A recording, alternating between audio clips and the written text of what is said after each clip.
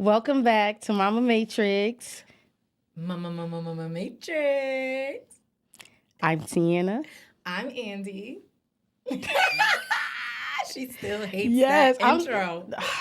We didn't vote properly. That's why. You're supposed to vote about it. What are we voting?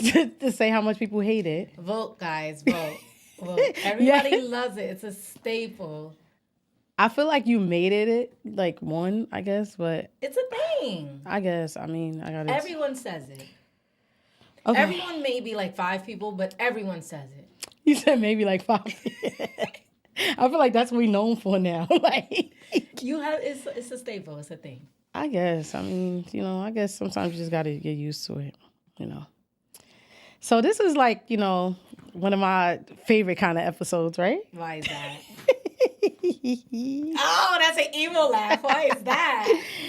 The co-parenting, right? That's what we want to call it, like label it like, co-parenting. But yeah, that's one of my favorite type of topics because it means so many different things, for people. I feel like, are you targeting me? I feel like this is very direct. So, okay. Let's just say new beginnings for people. Let's start at new beginnings. Yes. Okay. Not that new, but new-ish. Grown-ish, new-ish. Yes, but it is new. I mean, not quite. What co-parenting is not new for me. No, it's just I said it's different breakdowns of co-parenting. So I missed that. Sorry. Yeah, it's different breakdowns. So this is. So this phase I'm in is new. Yes. Yes. So yeah, it's entertaining, interesting. This is not about me, y'all. Because every time something is about me, y'all hit me up. It's not about me. So let's kick it off with our first segment. Mm-hmm. When it's too soon to date after a breakup? I don't know. Only because I don't live in Heartbreak Hotel. Like, we could break up today and I'm on a little date by the end of the week. I ain't going yai.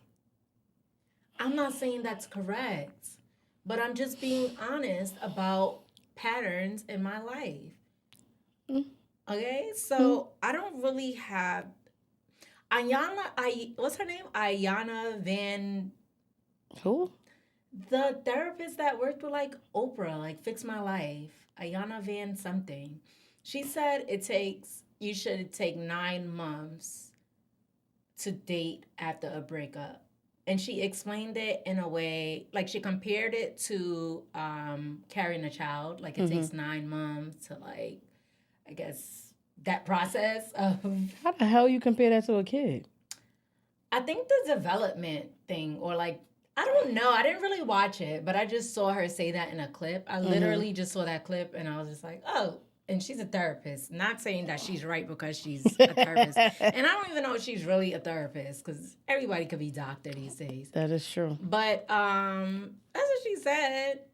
So I don't know. I really don't have I feel like whenever you're ready. Okay. Whenever you're ready. Whenever you feel healed from that relationship. Because sometimes you're already working through the breakup before you even break up. I felt like in a relationship I've been in, I was already out of the relationship before we made it official that we broke up. So I was already working on me and doing the self-work. So it was by the time we ended, I was kind of ready to date when we ended. So I don't know. To each their own. What do you think? Me...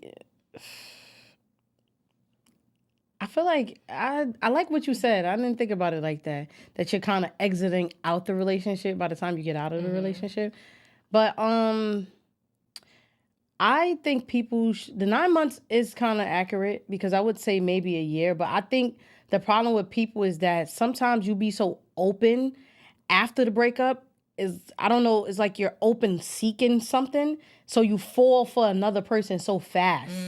So I think that's why I think after a breakup, it's like you shouldn't even date for a while. So I think 9 months is kind of good, but it just depends on how long you were in the relationship with the person. Because sometimes I think people that hurt that they had, no matter who you are, I don't care who you are, you be hurt after you break up.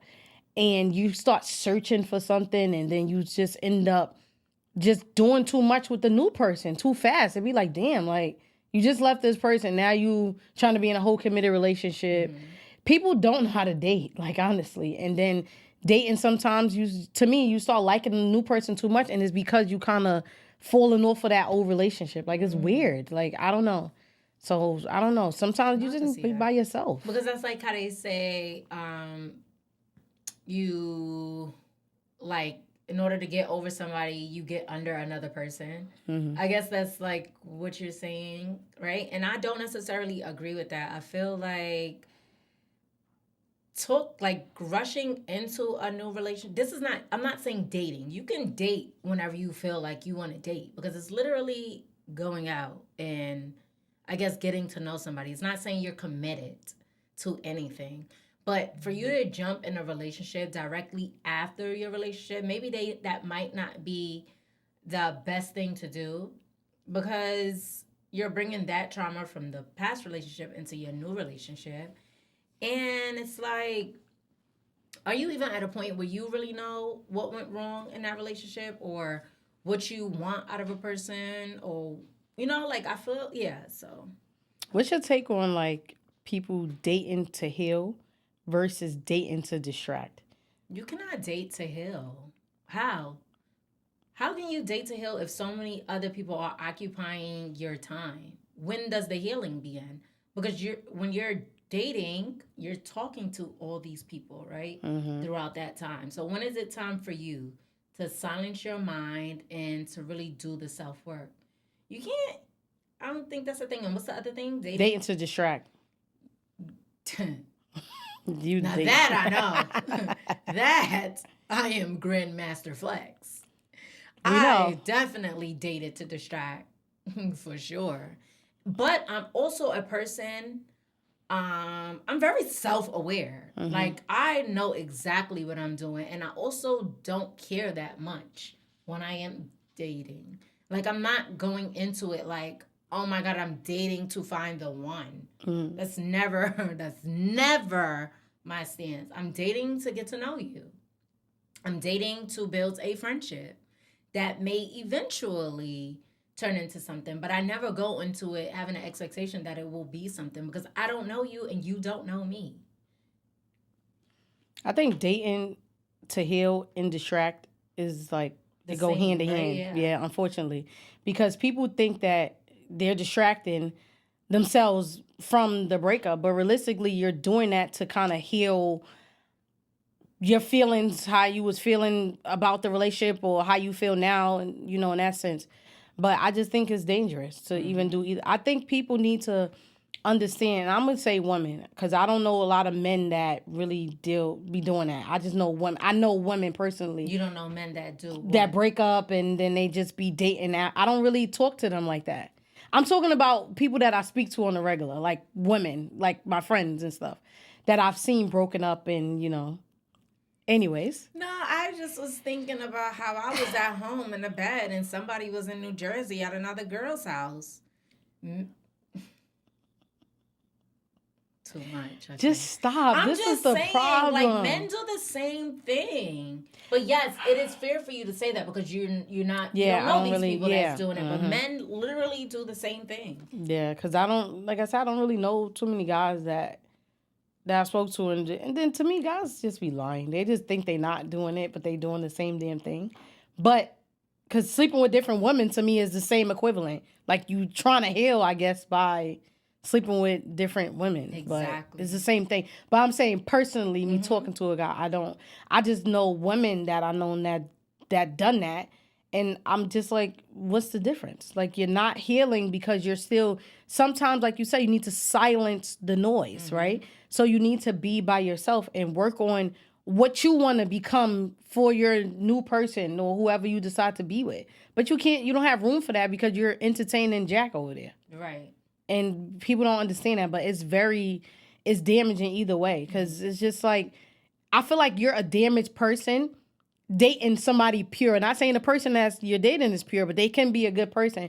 But you're kind of tainting them because you're just so toxic right now. You're just not really giving them the real what they need from you is because you just like, oh, whatever. I don't really like you. You just nothing. I just want to go out to eat. Yeah.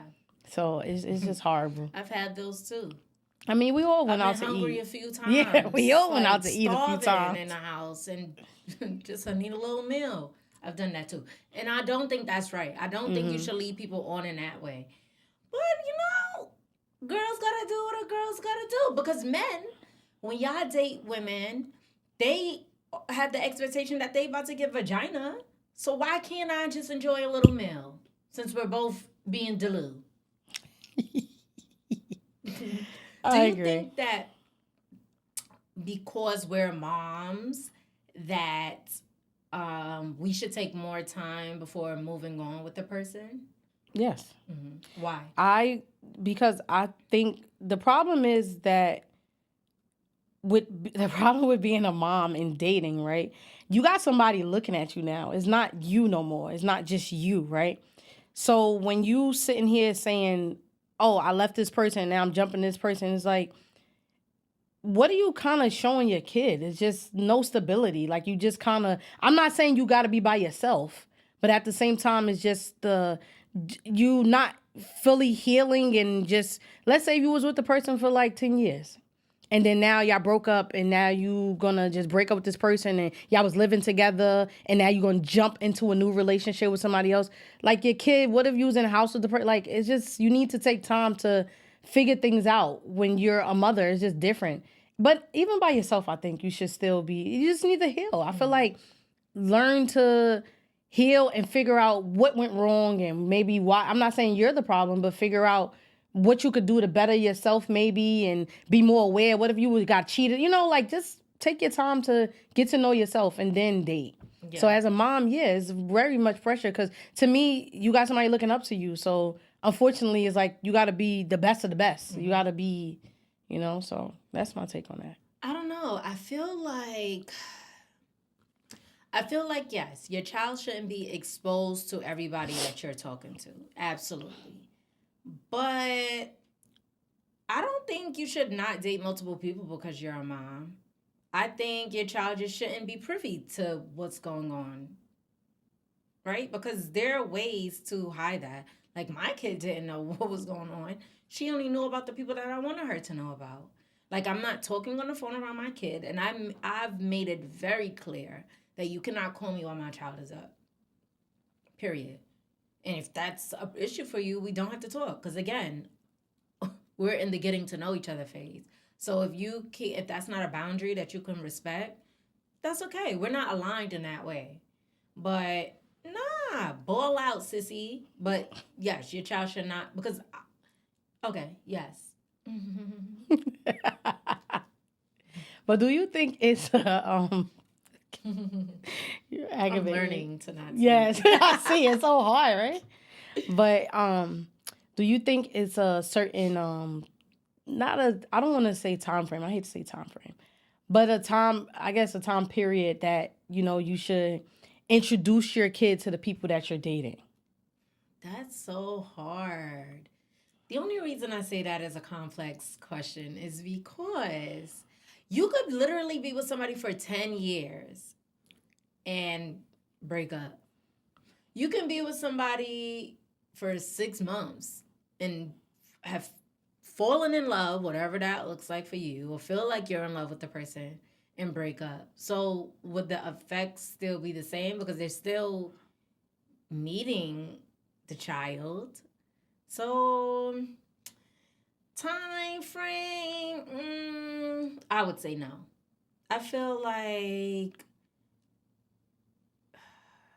I would say no. Only because I wouldn't want people to I would never advocate for you to fall for everybody within 6 months and have them meet your child.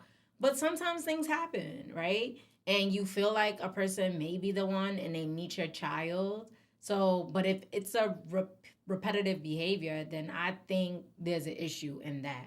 But if it's isolated, sure. I don't think you could really put a time on how you feel about a person.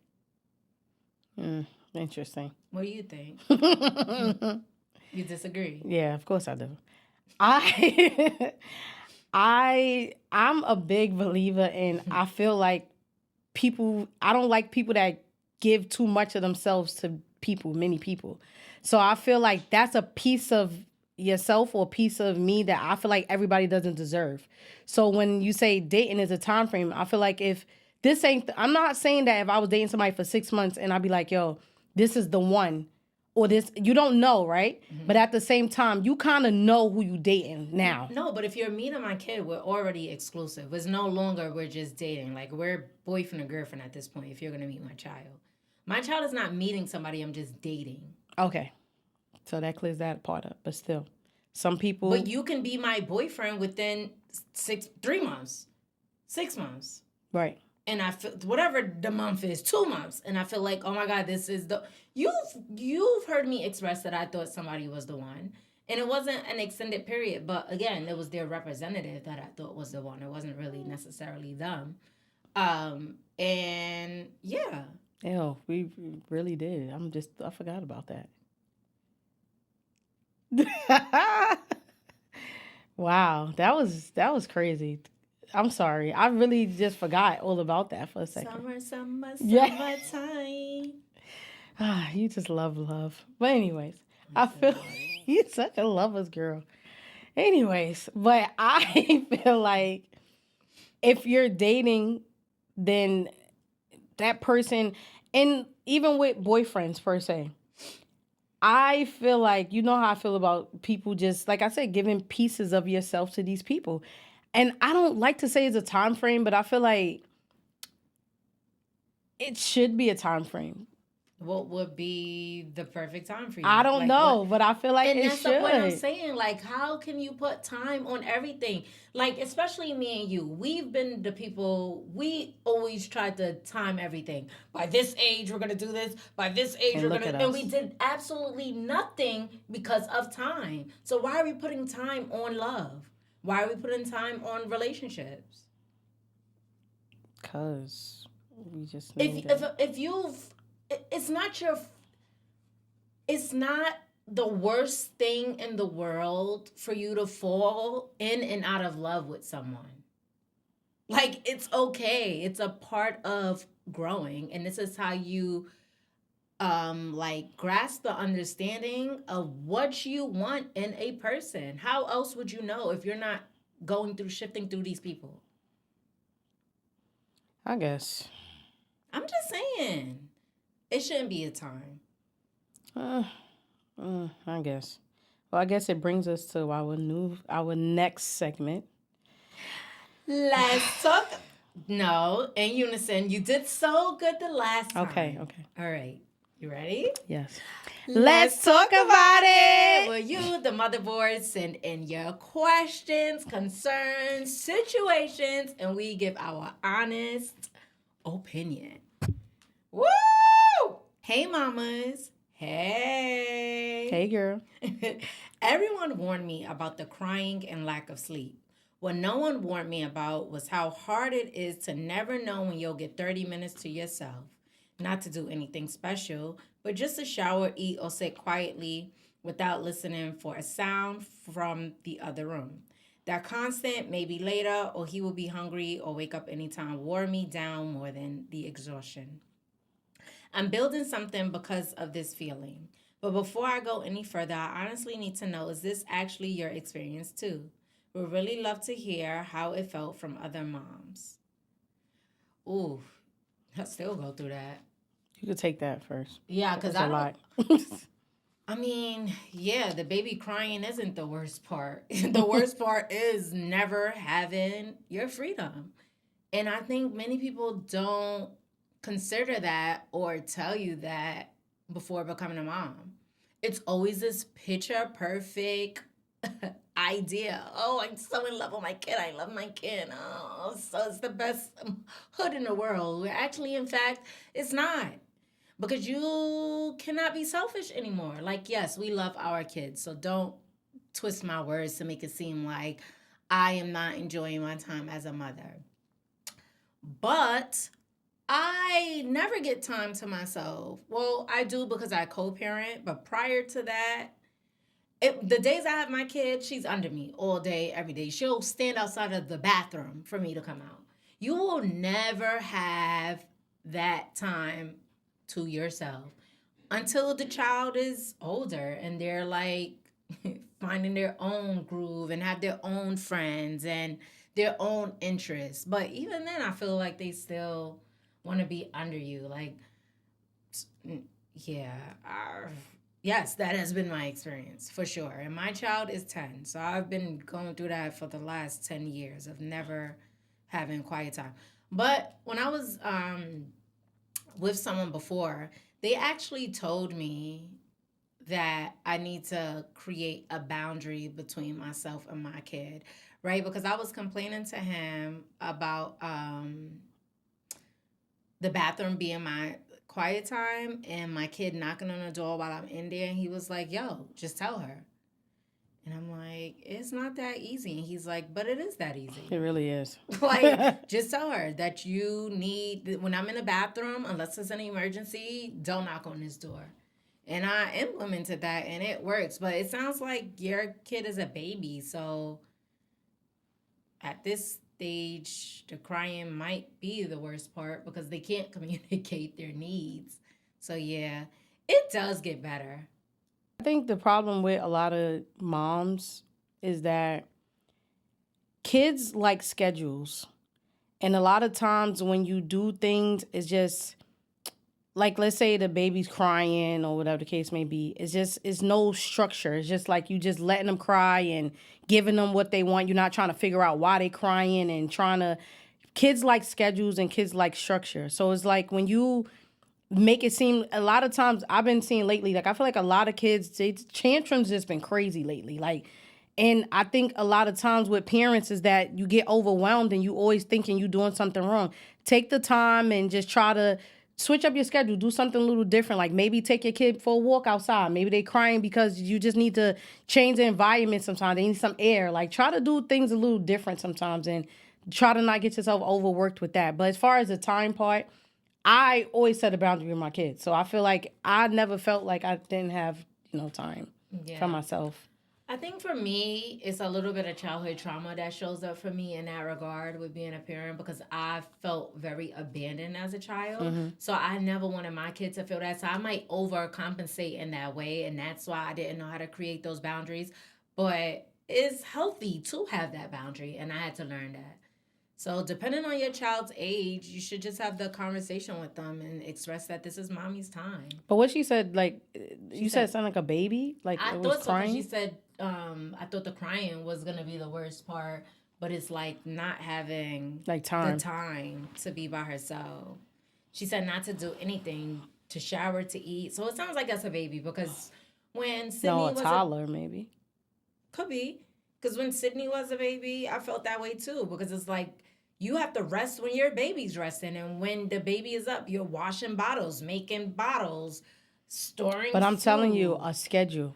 Yeah, I don't think I had that. She does, but that's what I'm saying. Yeah. I think that's why she's like, I can't do is kids need schedules. Yeah. They need structure. So when you don't have that, it's like you just all over the place. Like wake up at the same time every day. Mm-hmm. You wake up at, let's say 7, hypothetically. Let's just say the kids, 7 o'clock. You be like, okay, I'm waking up at 7. It sounds like a toddler. 7, we're going to brush our teeth. We're going to do this. Then we're going to play, we're going to eat. Then we play blocks. Then it's time for nap. You need to have a schedule. We eat. We do this. When you don't have a schedule, this is how these kids, you start feeling like, oh, I don't have time. I don't have time. Yeah, because you just waking up kind of just freeballing. And it's like you got to have a schedule for kids. Kids need schedules. If they don't, and I read that somewhere and I was like, yo, that's so true. It's like they operate on a schedule. When they don't, think about a baby, what time they eat, like every 2 hours, every they have a schedule. Mm-hmm. So when you just all over the place, like, oh, I'm take a shower when they in the shower. Maybe if you had them on a schedule, like, all right, 10 o'clock, I know they take their nap. Put them down for a nap. Now you got time to take a shower. But as far as time, that's just a thing. Like if somebody ain't babysitting, you don't have time. They're always there. Yeah. But try to do a schedule. Maybe a schedule would be better. Start taking walks. Try to do things to stimulate your kid's mind. Start doing different things. It could change actually. I think that's really good advice. Incorporating stuff where y'all making stuff together or you're doing stuff, and especially a toddler, they take naps. Like I don't know what's wrong with people. That's what makes them cranky too. They probably tired. And it's funny because even with, Adults. I need a dogs nap. is like that. They like that too. I know you hate my dogs, but yeah, same thing. I made a schedule. Like, literally, schedules are serious. People need adults Stop need saying I hate your schedules. dogs for Peter You is under do. our comments. Oh, they would not. They know I love them. I wouldn't even be around you if you did that. Okay. So don't worry about it. She good. And she wears fur. This is not fur. You don't know what this Your is. coat is. That's. Don't make me bring Oh. it in the camera. I didn't buy that. Anyway. Thank you guys for tuning in to another episode of Mama Matrix. Meet us back here Thursday, 7 p.m. Eastern Standard Time. Tell a friend, Woo. like, comment, subscribe. And if you would like to be featured on our Let's Talk About It segment, email us at mamamatrixpodcast@gmail.com. Ooh, you ate that. Bye. Later.